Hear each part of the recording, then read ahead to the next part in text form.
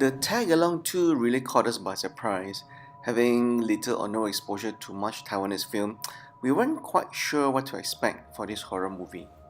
Just a little bit of background, The Tag Along 2 is based on a true paranormal event where a little girl in red will appear and people will always go missing and dead. This is quite a scary little story that's happening in Taiwan, but the plot for this movie is all about how a mother is searching for her missing teenage daughter under mysterious circumstances. To make matters worse, this comes right after the mother found out that her daughter is pregnant.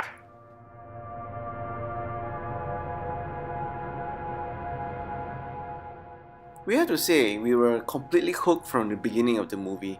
The movie pulls you straight into the mystery, and the director does a very good job of combining dreadful scenes that makes your skin crawl, but also at the same time, the occasional shock and cheap fright scenes that really shock you off from your seats.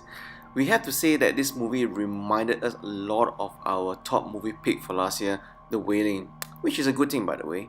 From how the scenes of the social worker Rainy Yang discovered a disturbing ritual site, and also to the very heavy use of filter to make scenes darker and gloomier than they should be. But don't go into this movie expecting for a deep, thought-provoking plot. I mean, after all, this is a horror movie through and through. They will give you the jolts and the scare scenes that you crave for. What director Chang Wei-hao has done well was how he incorporated some really good screenplays that really make your skin crawl, It really reminisces of the first Conjuring movie.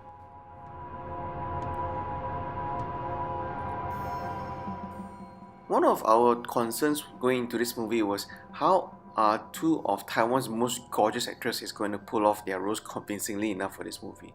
Thankfully, I think the makeup department did a really good job here to give both Rainy Yang and Tiffany Ansu the look of distraught, tired and beaten down moms, and I think that both actresses did a very good job in their roles as well. I'm also not sure if I'm the only one who caught this, but I felt that the director had an underlying anti-abortion theme in this movie. Maybe I'm reading too much into this after all, as it's just a horror movie, but then again, for those of you who have seen the movie, let me know in the comments below what you think of that as well. My other complaint for this movie is how they have overused CGI for the movie's climactic ending. It does seem that the Taiwanese and the Chinese movies can't get enough of CGI, which I felt sometimes it was a bit, it spoils the strong build-up in the first half of the movie, where there was very little use of CGI, but towards the end, the heavy use of CGI was used to drive the climactic ending for the story. Also, the screenplay seems a bit rushed towards the end, and the director's attempt of having two intertwined subplots joined for the climactic ending was just a little bit messy. I think Chang Wei-hao should just stuck with what he knows best instead of trying to do complicated storytelling for a simple, scary movie such as Tag Along 2. But all in all, this is a great movie to watch, especially with your friends and families, especially during the the Chinese Hungry Ghost Festival that's going on right now.